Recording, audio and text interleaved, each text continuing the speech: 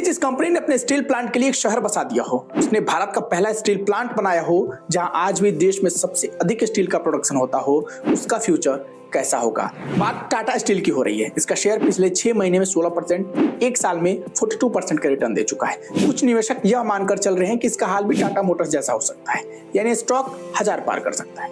अगर आपके मन में भी सेम सवाल है तो यह क्विक स्टॉक एनालिसिस आपके लिए है। पूरा वीडियो देखें, आपका सारा कंफ्यूजन दूर हो जाएगा। शुरुआत करते हैं कंपनी के सेक्टर और काम से, ताकि ग्रोथ की हवा कितनी तेज है इसका अंदाजा लग सके। कंपनी का मेन काम माइनिंग, लोहा बनाना, स्टील बनाना, ढलाई, रोलिंग और फिनिशिंग मटेरियल से जुड़ा हुआ है। यह ऑटो कंपनियों के बॉडी पार्ट्स को भी बनाने का काम करती है।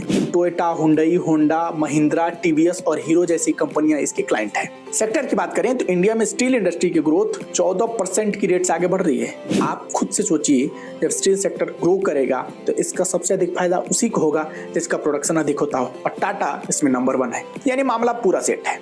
अब सवाल यह है कि यह मामला स्टॉक रिटर्न के पैमाने पर कितना ठीक बैठता है, यह समझना जरूरी है।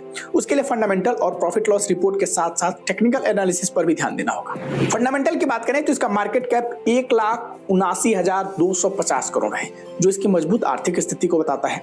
दूसरा पॉजिटिव पॉइंट यह है कि कंपनी डिविडेंड भी देती है, यानी मुनाफे में से निवेशक को कुछ पैसा मिल जाता है। यहाँ यह 2.37% है। 2 निगेटिव पॉइंट भी है। इसका ROE यानी रिटर्न ऑफ इक्विटी 7.28% है, जो 12% से अधिक होने पर बेस्ट माना जाता है।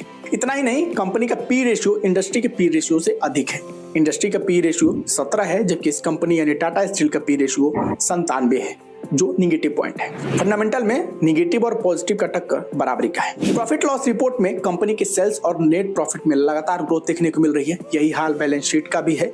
बैलेंस शीट देखते वक्त 2 चीजों पर फोकस की जाती है। पहला कि कंपनी के रिजर्व में बढ़ोतरी होती हो, और दूसरा बोरोइंग यानी कर्ज में कमी देखने को मिले। यहाँ दोनों में उतार चढ़ाव देखा जाता है, जो बेस्ट कतई नहीं है। आप खुद सोचिए, कोई शेयर रॉकेट तब होता है जब सारे सेंटिमेंट सही से सेट हो रहे हो। यहाँ ऐसा कुछ नहीं दिख रहा है, यानी टाटा मोटर्स को टक्कर देने वाली बात की ओर यहाँ से कोई संकेत नहीं दिख रहे हैं। आप खुद देखिए, यहाँ प्रमोटर्स भी मेजोरिटी पोजीशन में नहीं है।